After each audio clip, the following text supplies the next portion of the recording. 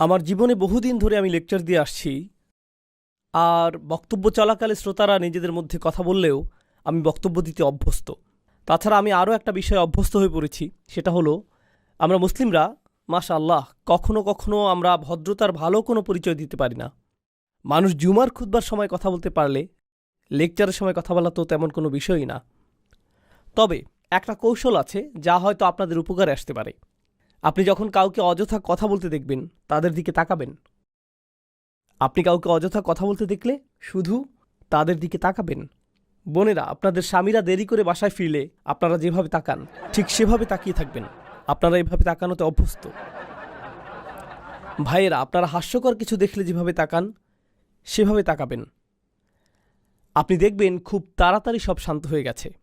বিশেষ করে বোনদের দিক থেকে আমি অন্তত 1000 বার দেখেছি। এটা আসলেই ভালো কাজ করে। আচ্ছা, যাই হোক, আমাকে বলতে বলা হয়েছে। আমার মনে হয় না আমি খুব বেশি সময় নেব, হয়তো 20 মিনিট, এবং আমি কথা রাখতে চেষ্টা করব ইনশাআল্লাহ তাআলা। আপনাদের সাথে আমি কিছু বিষয় শেয়ার করব যা আমি খুবই গুরুত্বপূর্ণ বলে মনে করি। আলহামদুলিল্লাহ, অতি সম্প্রতি পৃথিবীর বিভিন্ন স্থানে আমার ভ্রমণের সুযোগ হয়েছে। মধ্যপ্রাচ্যে যাওয়ার সুযোগ হয়েছে, মালয়েশিয়া যাওয়ার সুযোগ হয়েছে আলহামদুলিল্লাহ, এরপর সিঙ্গাপুর, ইউরোপের কিছু জায়গায়, তারপর যদিও কানাডা তেমন বিবেচ্য নয়, আচ্ছা যাই হোক, কানাডায়ও গিয়েছি, এরপর মেক্সিকো। দেখুন, আপনি যখন বিভিন্ন জায়গায় ভ্রমণ করবেন আপনার দৃষ্টিভঙ্গির পরিবর্তন হবে। আপনি বুঝতে পারবেন যে প্রথমে আপনার মনে হয় আমেরিকায় আমাদের সমস্যাগুলো অথবা আমেরিকার তরুণদের সমস্যাগুলো কিংবা মুসলিম সমাজের সমস্যাগুলো একেবারেই ভিন্ন, অন্যান্যদের চেয়ে আমাদের সমস্যাগুলো কত আলাদা। কিন্তু আপনি যখন বিভিন্ন দেশে ভ্রমণ করবেন আপনি বুঝতে পারবেন যে হ্যাঁ, সমস্যাগুলোর মধ্যে ভিন্নতা ঠিকই আছে, কিন্তু প্রকৃতপক্ষে মানবজাতি হিসেবে বিভিন্নভাবে আমরা একই সমস্যায় ভুগছি। মানুষ হিসেবে আমরা সবাই মূলত একই সমস্যাতেই ভুগছি। এবং বর্তমানে মানব সমাজ যে সমস্যাগুলোর সম্মুখীন হচ্ছে এর মধ্যে কিছু বড় সমস্যা নিয়ে আমি আলোচনা করতে চাই। এটা সম্পূর্ণ আমার ব্যক্তিগত অভিমত। এই ব্যাপারে আমার সাথে আপনাদের একমত হওয়া জরুরি নয়, এবং এরপর আমি আপনাদের সাথে কোরআন থেকে এর সমাধানের বিষয়ে কথা বলবো। এই বিষয়গুলোই আজ আমি আপনাদের সাথে শেয়ার করতে চাই ইনশাআল্লাহ। দেখুন, ব্যক্তিগতভাবে আমি বিশ্বাস করি আমাদের বর্তমান সময়ের সবচেয়ে বড় সমস্যাগুলোর গোড়া মূলত একটাই, লোভ। মানুষের সবচেয়ে বড় সমস্যা হলো ক্রমবর্ধমান এবং অনিয়ন্ত্রিত লোভ ও স্বার্থপরতা। এই লোভ আমাদেরকে এমন দিকে নিয়ে যাচ্ছে, যেমন ধরুন ব্যবসা বাণিজ্যের ক্ষেত্রে এই লোভ বড় বড় প্রতিষ্ঠানগুলোকে এমন একটা পরিস্থিতিতে নিয়ে গেছে তারা শুধু লাভের কথাই চিন্তা করে, আর বছরের পর বছর বছরের পর বছর কিভাবে তাদের ব্যবসার আয় বৃদ্ধি করবে সেই চিন্তা করে। এবং এমনটা করতে গিয়ে সমুদ্রের একটা সম্পূর্ণ অংশ কি ধ্বংস হয়ে যাচ্ছে, নাকি একটা পুরো গ্রাম উজাড় হয়ে যাচ্ছে, নাকি এর মাধ্যমে পাহাড় ধ্বংস হয়ে যাচ্ছে, অথবা এটি শুধু পরিবেশের গঠনগত ক্ষতি করছে তাই নয়, বরং সমগ্র পৃথিবীর সামাজিক এবং অর্থনৈতিক পরিবেশের ক্ষতি করছে, তারা এসবের কোনো কিছুই তোয়াক্কা করছে না, কারণ দিন শেষে এর মাধ্যমে তারা লাভ করতে পারছে। তাহলে পৃথিবীর সমস্ত দুর্নীতির একটা বড় অংশ, রাজনৈতিক দুর্নীতি বলেন বা পরিবেশগত দুর্নীতি, যা খুবই আশঙ্কাজনক, তাই না?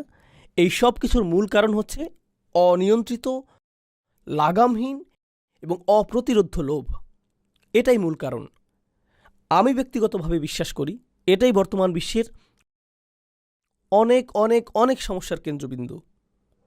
আপনি যদি লোভ সম্পর্কে কোরআন থেকে গবেষণা করেন আপনি দেখবেন আল্লাহ আযজা জাল্লা বেশ স্পষ্ট ভঙ্গিতে এর বর্ণনা দিয়েছেন। তিনি বলছেন, অমাইয়ুকা শুহ্হা নাফসিহি ফাউলাইকা হুমুল মুফলিহুন। আয়াতটির ভাষা খুবই ইন্টারেস্টিং। আল্লাহ বলছেন যাদেরকে তাদের অন্তরে বিদ্যমান লোভ থেকে রক্ষা করা হয়েছে। অন্যভাবে বলতে গেলে আল্লাহ এই সত্যের ঘোষণা দিচ্ছেন যে প্রত্যেক মানুষের মধ্যে কি আছে? লোভ আছে। আমরা সবাই লোভী। বিষয়টা এমন না যে কিছু মানুষ লোভী আর কিছু মানুষ লোভী নয়। প্রকৃতপক্ষে আমরা সবাই লোভী। এবং এরপর আল্লাহ বলছেন অমাইয়ুকা, যা প্যাসিভ ফর্ম। এর মাধ্যমে বলা হচ্ছে যে ব্যক্তিকে এই লোভ থেকে রক্ষা করা হয়েছে, অর্থাৎ আমার অন্তরের ভিতরে এমন কিছু একটা আছে এবং আমি নিজে আমাকে এর থেকে সুরক্ষিত রাখতে পারি না। ইয়ানি লাম ইয়াকুল অমাইয়াত্তাকি শুহ্হা নাফসিহি, যে ব্যক্তি তার অন্তরের লোভ বা সংকীর্ণতা থেকে নিজেকে রক্ষা করতে পারবে। আমি যদি বলি, মনোযোগ দিয়ে শুনুন, আমি যদি বলি আমি আমাকে রক্ষা করতে সক্ষম, এখানে রক্ষা করার কাজটি কে করছে? আমি নিজে। আমি নিজে কাকে রক্ষা করছি? আমার নিজেকে। কিন্তু আমি যদি বলি আমাকে রক্ষা করা হয়েছে, এই ধরনের বাক্যে রক্ষা করার কাজটা কে করছে? অন্য কোনো ব্যক্তি। এমন কেউ যার কথা উল্লেখ করা হয়নি। এই আয়াতে আল্লাহ বলছেন, তোমাদেরকে অবশ্যই বাইরে থেকে নিরাপত্তা দিতে হবে, বাইরের কাউকেই আসতে হবে যে তোমাদেরকে তোমাদের মনের গভীরে থাকা লোভ থেকে রক্ষা করবে, এবং তোমাদের কাছ থেকে লোভ, সংকীর্ণতা কখনো আলাদা করা যায় না। এই জন্যই কোরআনের ভাষায় আমরা এমনটা পাই না আশুহা ফি নফসিহি অথবা আশুহা লি নফসিহি, বরং এটা ছিল শুহা নফসিহি। এর মানে হলো, ব্যাকরণের শিক্ষার্থীদের জন্য বলছি, এটা একটা ইদাফ, এখানে একটা মুদাফ এবং মুদাফ ইলাই আছে, এবং এই দুইটা শব্দ পরস্পরের সাথে দৃঢ়ভাবে জুড়ে আছে। আপনি একটা মুদাফকে মুদাফ ইলাই থেকে আলাদা করতে পারবেন না। আল্লাহ বলছেন, মানুষ কখনোই তাদের নিজেদেরকে লোভ থেকে পৃথক করতে পারবে না। এমন কোনো একটা দিন আসবে না যেদিন আপনার ঈমান এতটাই সুউচ্চ থাকবে এবং আপনি আর কোনো লোভ অনুভব করবেন না। এমনটা কখনোই হবে না। প্রত্যেকটা দিন আমাকে আপনাকে লোভের বিপরীতে নিজেদেরকে আত্মরক্ষা করে যেতে হবে। এটা একটা সার্বক্ষণিক সংগ্রাম। আমি শুরু করেছিলাম বড় বড় প্রতিষ্ঠানের কথা, পৃথিবী দূষণ এবং ধ্বংসের কথা বলে। এখন আসুন বিষয়টাকে আমরা আমাদের ঘরের কাছাকাছি নিয়ে যাই। প্রতিটি মাই লোভী, প্রতিটি বাবাই লোভী, প্রতিটি ছেলে সন্তান লোভী, প্রতিটা কন্যা সন্তান লোভী। একটা বাচ্চা বলে, তুমি গত সপ্তাহে আমাকে একটা খেলনা কিনে দিয়েছ, আমি এখন আরেকটা চাই। জানেন, আমার ছেলে একটা সৈনিক কিনতে চেয়েছে, আমাকে বলেছে নিনজা টার্টেলের নতুন একটা সৈনিক কিনে দিতে। ঠিক আছে, কারণ তারা তাদের পুরাতন সৈন্যগুলো পরিবর্তন করেছে, এখনকারগুলো আরও বিদঘুটে। এখন তাদের চোখগুলো কেমন জানি উন্মাদের মতো, মাথাটা কঙ্কালের মতো। কিন্তু সে এই নতুন সৈনিকই চায়। সে টিভিতে নতুন নিনজা টার্টেল দেখেছে, তাই সে আমাকে বলল, বাবা আমাকে নতুন একটা সৈন্য কিনে দাও। আচ্ছা, আমি তাকে একটা সৈন্য কিনে দিলাম। আর জানেন, যখন আমি তাকে এটা দিলাম, সে যে কি খুশি হয়েছিল। তারপর সে আমাকে বলল, আরও 3টা সৈনিক চাই, কারণ প্রত্যেকটা টার্টলের জন্য আমার একজন একজন করে সৈনিক লাগবে। দেখো, 4 জন মিলে শুধুমাত্র একজন সৈনিকের সাথে লড়াই করতে পারবে না। ইন্না লিল্লাহি ওয়া ইন্না ইলাইহি রাজিউন, এটা হতে পারে না। লড়াইটা অবশ্যই ন্যায্য হওয়া উচিত, তাই না বাবা? এমনকি আপনার 3 বছরের বাচ্চাটারও লোভ আছে। আপনি বাসায় একটা কেক নিয়ে আসেন, কিংবা বাসায় M&M অথবা খুবই ছোট্ট সামান্য কোনো চকলেট নিয়ে যান, দেখবেন বাচ্চারা সবাই সেখানে জড়ো হয়ে যাবে। ধরুন একটা বাচ্চা একটা চকলেট পেল, আরেকটা বাচ্চা 2টা পেল। সাথে সাথে প্রথম বাচ্চাটা কি বলবে? আমার আরেকটা কোথায়? ওরটা হলুদ রঙের, আমিও কি হলুদ রঙের ক্যান্ডি পেতে পারি? তোমার এম আমারটার চাইতে বড়। আরে, এটা তো বড় হাতের এম, আমারটা কেন ছোট হাতের? সাথে সাথে তুলনা, আমারটা কেন ছোট হাতের? সুতরাং আপনি যেটা বুঝতে পারবেন, ধরুন আপনি যদি তাদেরকে প্রশ্ন করেন, যদি সে 2টা খায় আর তুমি একটা খাও, তাহলে তোমারটার স্বাদ কি কমে যাবে? সে কি তোমার খুশির কোনো অংশ কোনোভাবে কেড়ে নিচ্ছে? কারো কাছে কোনো কিছু আছে জানলেই আমরা ভাবি, এটা আমার চাই। লোভের ক্ষেত্রে সবচেয়ে অদ্ভুত ব্যাপারটা কি জানেন? একটা বাচ্চা বসে আছে, তার আশেপাশে সব খেলনা, সে কিন্তু এগুলো দিয়ে খেলছে না। এরই মধ্যে তার ভাই এসে শুধু খেলনাগুলোর দিকে তাকালো। সাথে সাথে বাচ্চাটা কি করে?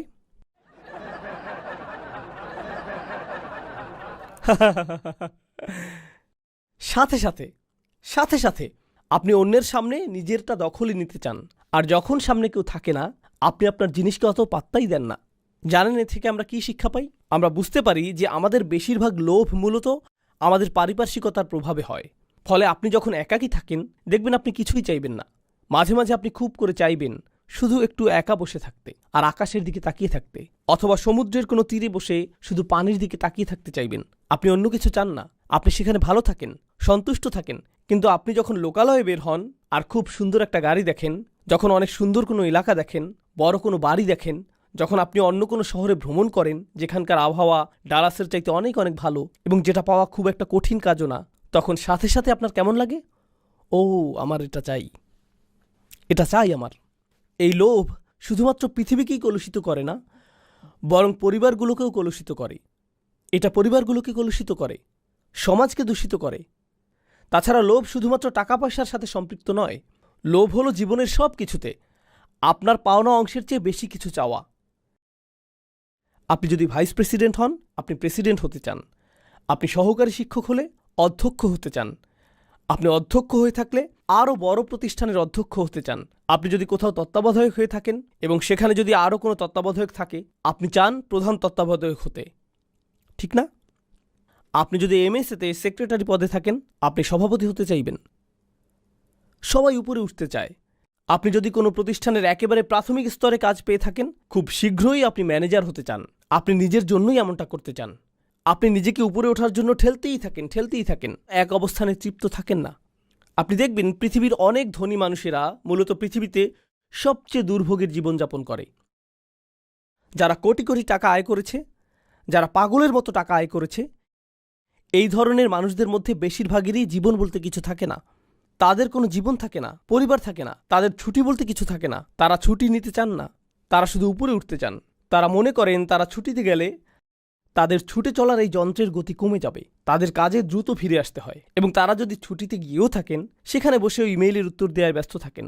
তাদের মস্তিষ্ক কখনো বিরতি নেয় না। লোভ আপনার সাথে এমনটাই করে থাকে, আপনাকে একটা দুর্ভোগের জীবন উপহার দিতে পারে। যেভাবে লোভের ফলে পৃথিবী দুর্ভোগের শিকার হচ্ছে, প্রত্যেকটা মানুষ ওইভাবে ভুগছে, এর ফল ভুগছে, দুর্ভোগে ভুগছে। তরুণ প্রজন্মের কিসের লোভ হয় বলুন তো?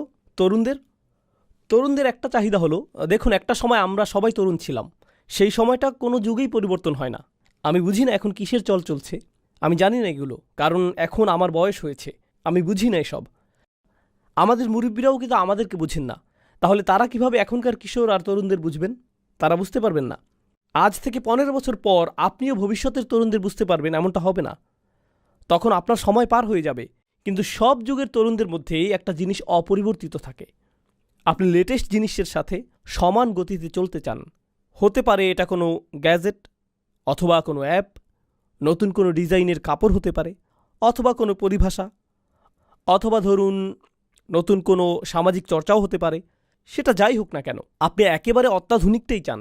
নতুন কিছু আসলেই আপনি সেটা চান। নতুন জিনিস মানেই ভালো হবে। আপনি সবার আগে বলতে চান, এই তুমি এটা সম্পর্কে শুনেছ? কারণ তারা যদি না শুনে থাকে, অন্য সবার আগে আপনি বিষয়টা সম্পর্কে তাদেরকে অবহিত করেছেন। আপনি সাথে সাথে এটার উপর হুমড়ি খেয়ে পড়েন। এর মাধ্যমে যা বোঝা যায় তা হলো, তরুণরা এই জগতের সবচেয়ে অস্থির প্রকৃতির মানুষ, এবং এটা সব প্রজন্মের তরুণদের ক্ষেত্রেই প্রযোজ্য। তরুণরা মুহূর্তের মধ্যে একটা থেকে অন্য একটা, তারপর আরেকটা, এরপর আরও একটা জিনিসের দিকে ঝুঁকে পড়ে। তরুণদের কাছে যে জিনিসটা একসময় দারুণ ছিল, চমৎকার ছিল, খুবই সুন্দর ছিল, বা যেমনই ছিল, কয়েক সপ্তাহ পর একই জিনিসটা অর্থহীন, পচা, নগণ্য এবং বলার মতো নয় এমন হয়ে যায়। তারা খুব সহসাই বন্ধু পাল্টায়, একজন থেকে আরেকজন, তারপর আরেকজন, এবং এটাই হয়ে থাকে। এভাবে যখন যে জিনিসের চল থাকে, হ্যাঁ, এটা বোঝানোর সবচেয়ে সহজ উদাহরণ হলো, যেমন ধরুন ফোনের নতুন ভার্সন, ঠিক না? ফোনের নতুন ভার্সন, যা অনেকটা পুরনো ভার্সনের মতোই দেখতে, কিন্তু তারপরও মানুষ বলে দিতে পারে যে আপনার কাছে 4 আছে, 5 নেই, অথবা আপনার কাছে 5C আছে, 5S নেই, অথবা আপনি এমনিতে নিজেই বলতে পারেন এবং হঠাৎ নিজেকে ছোট মনে করতে পারেন, কারণ আপনার কাছে শুধু একটা ফোনই আছে, এটার কোনো স্ক্রিন নেই, আপনি এখনও বাটন ফোন ব্যবহার করেন। মানুষের সাথে এটাই হয়। আমি আমার মূল পয়েন্টে ফিরে আসি। এখন এমনটাই হয় যখন আমরা সবসময় বেশি পাওয়ার কথা ভাবতে থাকি। আমরা মনে করি আমরা আরও অনেক কিছু পাওয়ার দাবি রাখি, ঠিক আছে? এই অনুভূতিটাই আমাদেরকে সার্বক্ষণিক একটা অতৃপ্তিতে ডুবিয়ে রাখে। আমরা বরাবরই অসন্তুষ্ট থাকি। এটা এ ধরনের চিন্তার একটা প্রভাব। আমরা সবসময় ক্রুদ্ধ হয়ে থাকি। যা কিছু আপনার সামনে আসুক, আপনি এটা নিয়ে বিদ্রূপ করেন। আপনি এটা কোনো না কোনোভাবে পাশ কাটিয়ে আসেন। হয় সেটা নিয়ে হাসি তামাশা করেন, অথবা মন্তব্য করেন, ছোট কোনো অঙ্গভঙ্গি বা চাহনি দেন, বলেন হ্যাঁ আমার কি।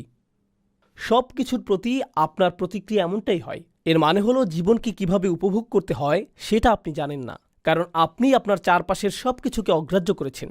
আপনার মতে সব কিছুকে এভাবেই নগণ্য মনে করতে হয়। আপনি কোনো কিছুই আর ভালোভাবে মূল্যায়ন করতে পারেন না। টিনেজারদের বেড়াতে নিয়ে যান, তখন কি হয়? তোমাকে আনন্দিত দেখাচ্ছে না কেন?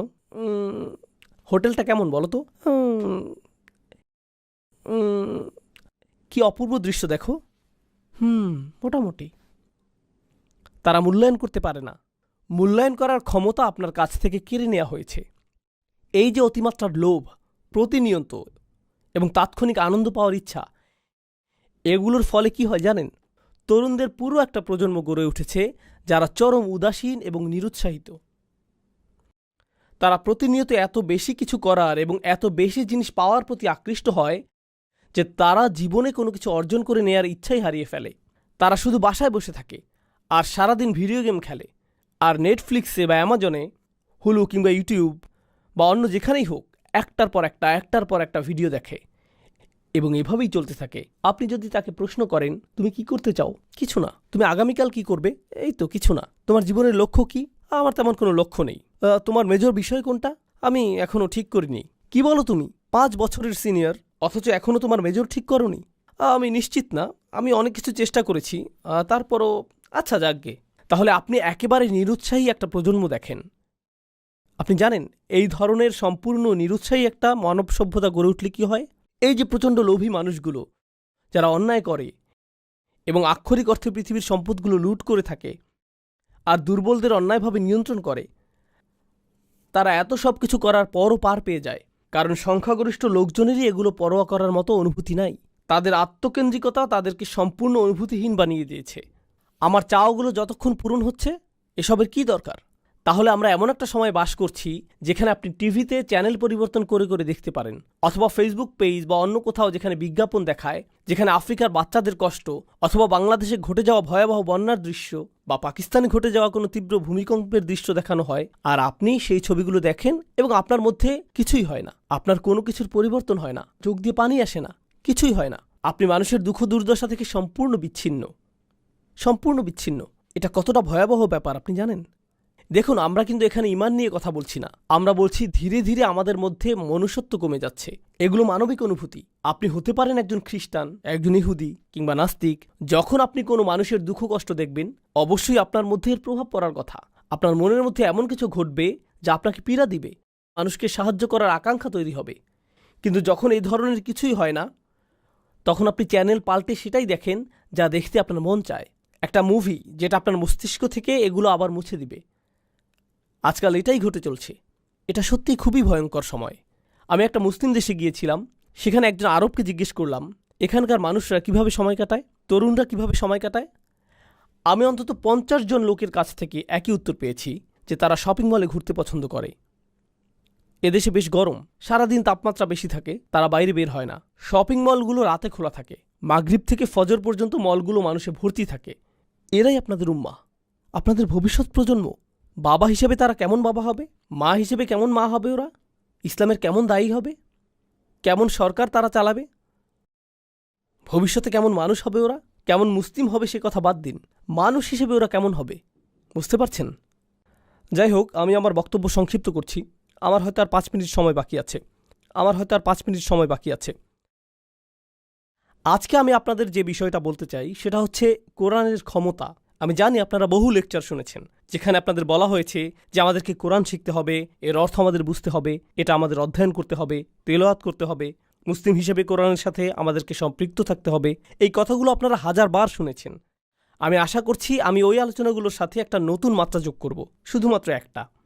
আমি আমার নিজের ব্যক্তিগত অভিজ্ঞতা থেকে কিছু কথা বলছি। আমি চাই আপনারা এগুলো বোঝার চেষ্টা করুন। দেখুন, আমার জীবনে জীবন দর্শনের জ্ঞানগত সমস্যা ছিল, নৈতিক সংশয় ছিল, আবেগ অনুভূতির সমস্যা ছিল, ঠিক আছে? আমাদের সবার জীবনে কখনো না কখনো আবেগ অনুভূতির দ্বন্দ্ব থাকে, সবারই কখনো না কখনো অস্তিত্ব নিয়ে চিন্তার সংকট থাকে, জ্ঞান বিচক্ষণতার সংকট থাকে, কিংবা কোনো না কোনোভাবে আর্থিক সংকট থাকে। আমার জীবনের সেরা উপহারটা সম্ভবত আমার শিক্ষক আমাকে দিয়েছিলেন। তিনি বলেছিলেন, তুমি যখনই কোনো সমস্যায় পড়বে আল্লাহর কিতাবের কাছে সাহায্য চাও, আল্লাহর কিতাবের দিকে মনোনিবেশ করো। দেখুন, আরবি শেখার জন্য আমার অনুপ্রেরণা কিংবা তাফসীর অধ্যয়নের জন্য আমার অনুপ্রেরণা কখনোই কোরআনের জ্ঞান অর্জন করা ছিল না। জ্ঞান অর্জন করা আমার মূল উদ্দেশ্য ছিল না, এটা এখনও আমার মূল উদ্দেশ্য নয়।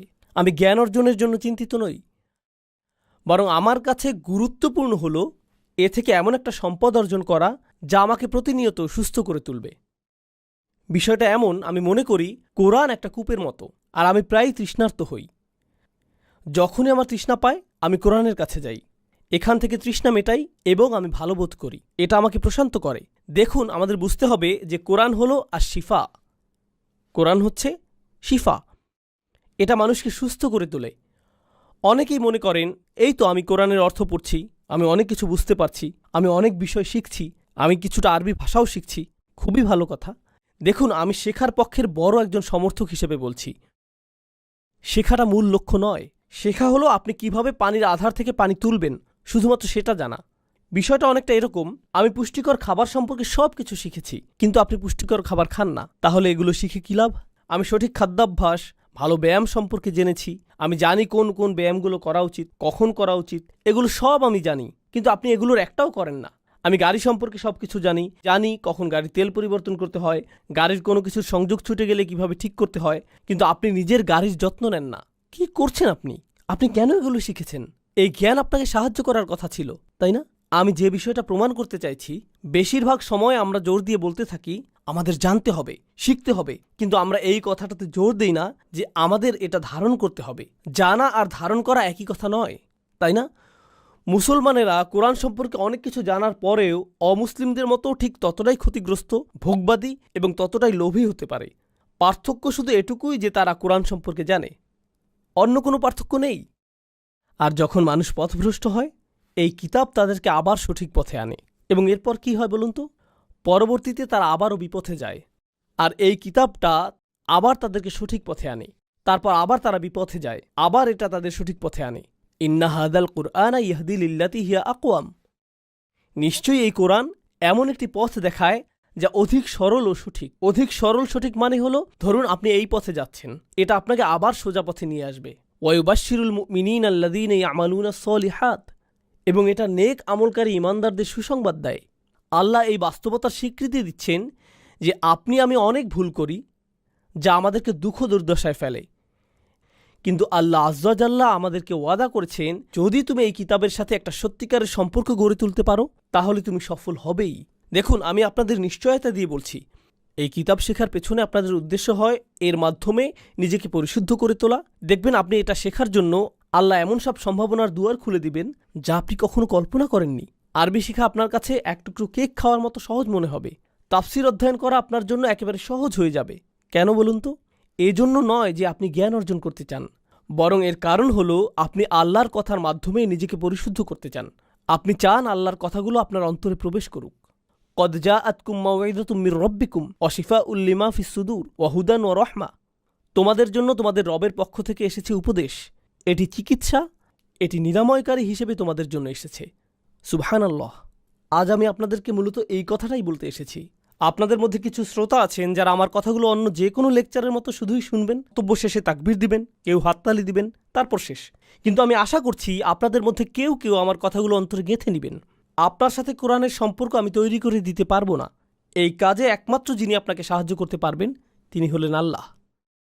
যদি আপনি আল্লাহর দিকে ফিরে যান এবং বলেন, হে আল্লাহ, এই কিতাব আমার প্রয়োজন, এটি সেই কিতাব যা তুমি মানবজাতির সকল সমস্যা থেকে মুক্তির জন্য পাঠিয়েছ।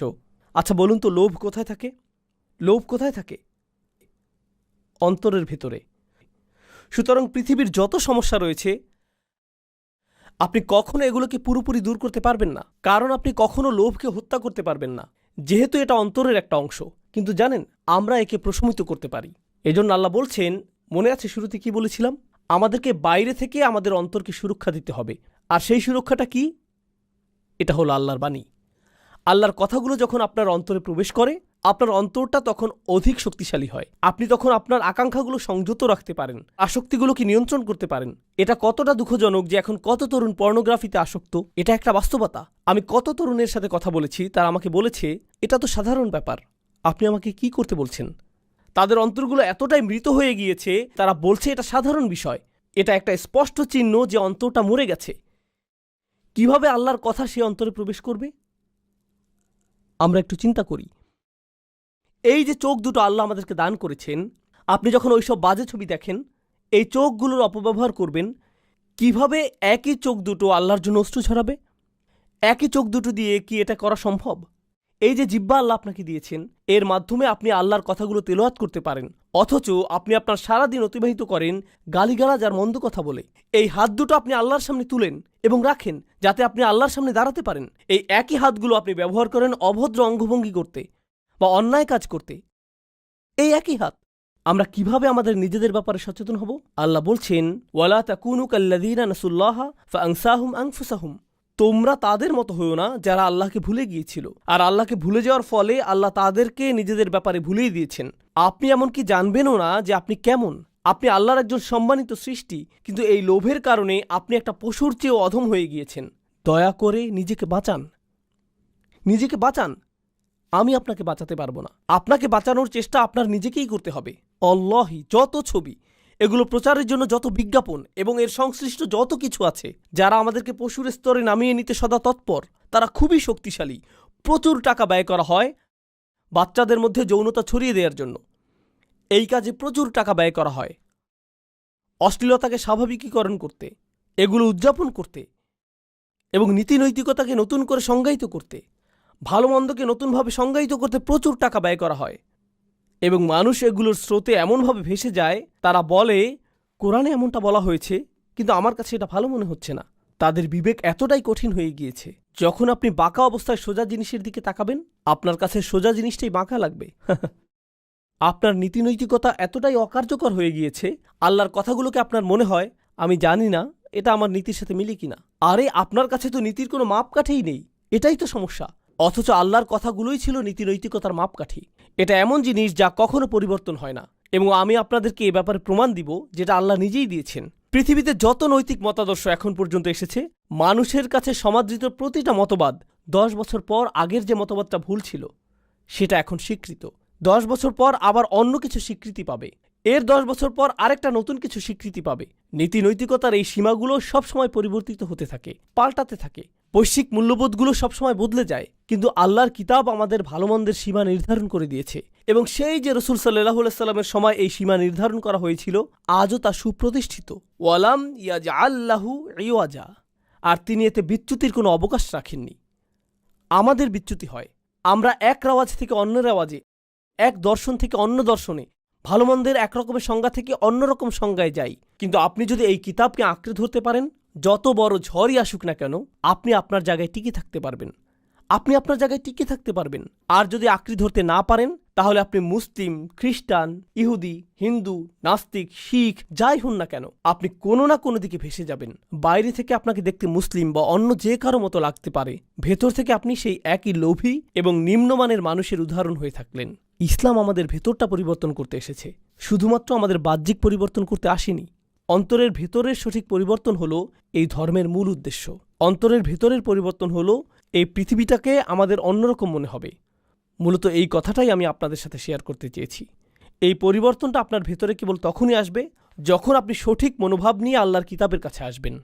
যদি আমরা সঠিক মনোভাব নিয়ে আল্লাহর কিতাবের কাছে আসি, আমাদের অন্তরে পরিবর্তন আসবেই, আমাদের অন্তরে পরিবর্তন আসবেই। এবং এটা আপনাদের জন্য আমার আজকের শেষ কথা। আর শপথ করে বলছি, যখন এমনটা ঘটে, ফাআমিনু বিল্লাহি ওয়া রাসূলিহি ওয়া নূরিল্লাযী আনজালনা, যখন আল্লাহর কিতাবের আলো আপনার অন্তরে প্রবেশ করে, তখন আল্লাহ আপনার অন্তরকে একটা প্রদীপের সাথে তুলনা করেন। এবং একটা প্রদীপ শুধু নিজেই আলোকিত হয় না, এটা আলো ছড়ায়ও। কথাটা কি সত্য নয়? একটা প্রদীপের কেবল নিজের আলো আছে তা কিন্তু নয়, এটা তার আশেপাশের জন্য আলোর একটা উৎস হয়ে ওঠে। আচ্ছা, প্রদীপ কখন কাজে লাগে, দিনে নাকি রাতে? বলুন তো। রাতে। এর মানে হলো আপনারা এমন মানুষ হবেন যারা ঘোর কালো অন্ধকার যুগে বাস করবেন। আপনারা নিজেরা শুধুমাত্র আলোকিত থাকবেন তাই নয়, অন্যজনের জন্য আলোর উৎস হবেন। কারণ আমাদেরকে অন্ধকার চারপাশ থেকে প্রবলভাবে ছেয়ে রেখেছে। দেখুন, আমরা এখন অন্ধকার রাতে বাস করছি। বর্তমান সময়টা মানব সভ্যতার জন্য কালো রাত। প্রযুক্তি বেড়েছে, উন্নয়ন বেড়েছে, মানুষের জ্ঞান বেড়েছে, কিন্তু সঠিক পথের সন্ধান নেই। আর এগুলোর সাথে সাথে মানুষের লোভও বেড়েছে, লাগামহীন লোভ বেড়েছে। এসবের ফলে মানুষের মধ্যে ধার্মিকতা কমেছে, ভদ্রতা কমেছে, নৈতিকতা কমে গিয়েছে। সুবহানাল্লাহ।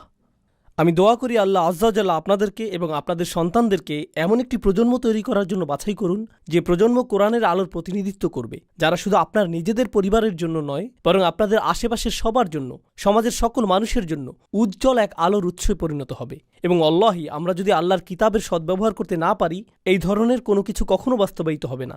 যতদিন পর্যন্ত আমরা মনে করব কোরআনের জন্য একটুখানি, অল্প একটু সময় দেয়াই যথেষ্ট, ততদিন আমরা কেবল কোরআনকে সময় দেয়া ছাড়া অন্য সব কাজই করতে পারব। তাছাড়া আমরা নিজেদেরকে সত্যিকার অর্থে শোধরানোর জন্য এই কিতাব খুলি না।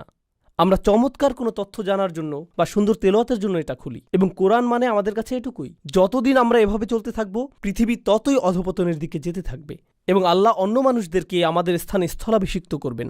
আফালা ইয়াতাদাব্বারুনাল কুরআন আম আলা কুলুবিন আকফালুহা। একই সূরা আল্লাহ বলছেন, ওয়া ইন তাতাওয়াল্লাউ ইস্তাবদাল কওমান গায়রাকুম সুম্মা লা ইয়াকুনু আমসালাকুম। আল্লাহ বলছেন, তারা কেন কোরআন সম্পর্কে চিন্তাভাবনা করে না? তাদের অন্তরে কি তালা পড়ে গেছে? কেন তাদের অন্তর কাজ করছে না? তারা কেন কোরআন সম্পর্কে গভীরভাবে চিন্তা করে না? আচ্ছা বলুন তো, গভীরভাবে চিন্তা করা, ভাবা, এই কাজগুলো কি কেউ মুহূর্তের মধ্যে করতে পারে, নাকি সময় লাগে? অনেক সময়ের প্রয়োজন। সুতরাং আল্লাহ বলছেন তারা কেন কোরআন নিয়ে চিন্তা করতে নিজেদের সময় দিচ্ছে না। আল্লাহ নিজেই বলছেন কেন তারা এটা করছে না। ও নিশ্চয়ই তাদের অন্তর আটকা পড়ে আছে। বলুন তো তারা কিসে আটকা পড়ে আছে? লোভে। এবং পরবর্তীতে একই সূরা মুহাম্মাদে আল্লাহ আজ্জাজাল্লাহ বলছেন ওয়া ইন তাতাওয়াল্লাউ ইস্তাবদিল কওমান গায়রাকুম সুম্মা লা ইয়াকুনু আমসালাকুম। আর যদি তোমরা মুখ ফিরিয়ে নাও তবে আল্লাহ তোমাদের স্থানে অন্য কোনো জাতিকে স্থলাভিষিক্ত করবেন, যারা তোমাদের মতো ব্যর্থ হবে না। আক্ষরিকভাবে আপনারা যদি আল্লাহর কিতাবের সাথে দায়িত্বহীন আচরণ করেন তবে আল্লাহর জন্য এটা করা মোটেও কঠিন হবে না যে তিনি এই পুরো উম্মাকে অন্য একটা উম্মা দ্বারা প্রতিস্থাপন করবেন। তিনি আগেও এমনটা করেছেন। দেখুন, আমি জানি আমাকে সবাই যেটা মনে করে আমি আপনাদের সাথে মজা করে কথা বলার ছিল। যেখানেই যাই আলোচনার মধ্যে দু একটা কৌতুক বলি, কিন্তু মাঝে মাঝে আলোচনা করার সময় আমার মাথায় শুধু আলোচ্য বিষয়টাই থাকে। আমি দুঃখিত, আজকে এরকমই একটা রাত। দেখুন, মজা তো অনেক হলো, আসুন এখন অন্তত একটু সিরিয়াস হই। আমরা যথেষ্ট উপভোগ করেছি। আপনার কি মনে হয় না জীবনে আমরা যথেষ্ট উপভোগ করেছি? কেই বা সিরিয়াস হতে চায় বলুন? আমি সত্যিই হাস্যরসে বিশ্বাসী একজন মানুষ, এবং আমি মনে করি দীর্ঘ সময় ধরে ইসলামকে অনেক কঠোর বলে উপস্থাপন করা হয়েছে, এবং আমি এটা একেবারেই পছন্দ করি না। কিন্তু ইসলামের কিছু বিষয় রয়েছে যেগুলোর ব্যাপারে আপনাকে একটু কঠোর হতে হবে। এটা একটা স্বাভাবিক প্রকাশভঙ্গি। সাধারণত আমি রেগে যাই না, আমি মনে করি এটা আমার স্বাভাবিকতা। অন্তত আমি এটা ভাবতে পছন্দ করি। আমার স্ত্রীকে জিজ্ঞেস করতে পারেন। কিন্তু জানেন, কখনো কখনো আমাদের একটু পেছনে ফিরে দেখা দরকার যে আমরা কি করছি। আমাদের দেখা দরকার আসলেই আমরা কি করছি। আপনাদের সবাইকে অসংখ্য ধন্যবাদ ধৈর্য সহকারে শোনার জন্য। জাযাকুমুল্লাহু খাইরান। আসসালামু আলাইকুম ওয়া রাহমাতুল্লাহি ওয়া বারাকাতুহু।